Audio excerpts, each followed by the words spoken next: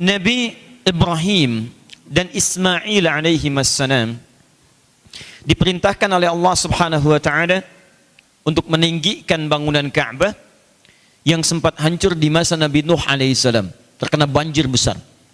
Ini sudah pernah saya terangkan berulang kali, tidak perlu saya bahas terlampau panjang lebar lagi.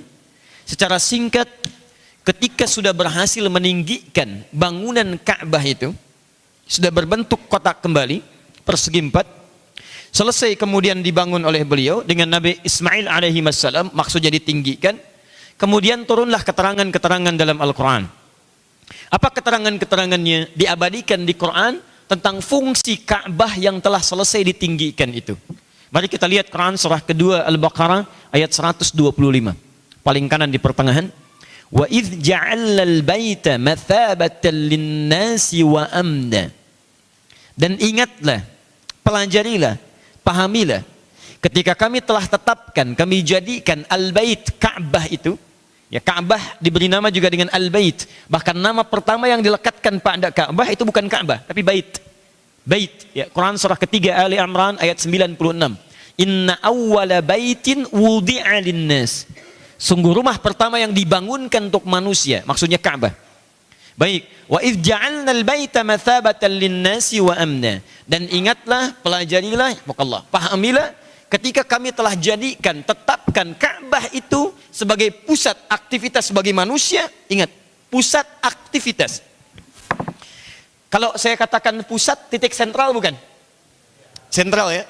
Kalau sentral itu tengah-tengah bukan?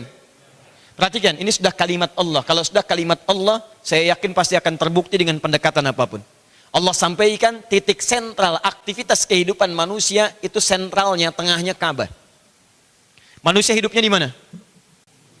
Bumi. Lihat, bumi. Dalam bahasa Arab disebut al-ardu namanya, ardun. Quran surah kedua ayat 30. Wa idh qala rabbuka lil malaikati inni ja'ilun fil ardi khalifah. Ardun. Yuk kita tinggal di bumi. Kalau kita berikan gambaran seperti ini, bumi, kata Allah, semua manusia yang beraktivitas di bumi, titik sentralnya itu Ka'bah. Titik tengah bumi, tengah dunia, itu Ka'bah. Jadi kalau Anda ingin cari garis pertengahan di muka bumi ini, yang jadi patokan dalam sisi geografis kehidupan di muka bumi, itu tengah-tengahnya Ka'bah. Makanya dulu saat orang pertama kali, orang Islam yang membuat peta dunia, peta di bumi, peta bumi disebutnya, dulu menetapkan titik tengahnya itu Ka'bah, Mekah.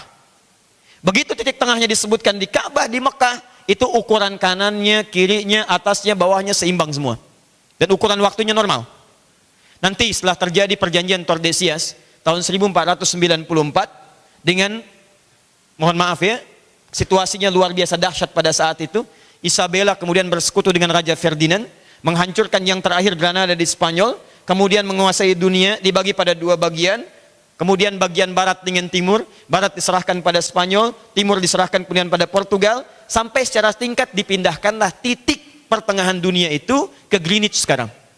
Greenwich. Makanya kalau Anda misalnya berikan gambaran, kalau Saudi Arabia, wilayah Qatar, wilayah kemudian gambaran-gambaran yang teluk, itu disebutnya Timur Tengah.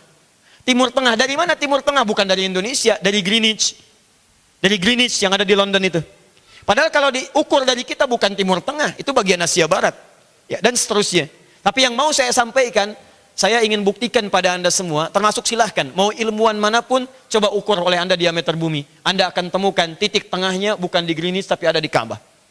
Karena kalau kalimat Allah diletakkan dalam kehidupan kita, tidak akan pernah ada yang keliru. Mushaf, Quran, tidak pernah keliru. Hukum Allah tidak akan pernah keliru. Ketika Allah katakan Ka'bah titik dunia, maka wilayah Ka'bah, Mekah dan sekitarnya akan menjadi titik kehidupan dalam kehidupan dunia kita.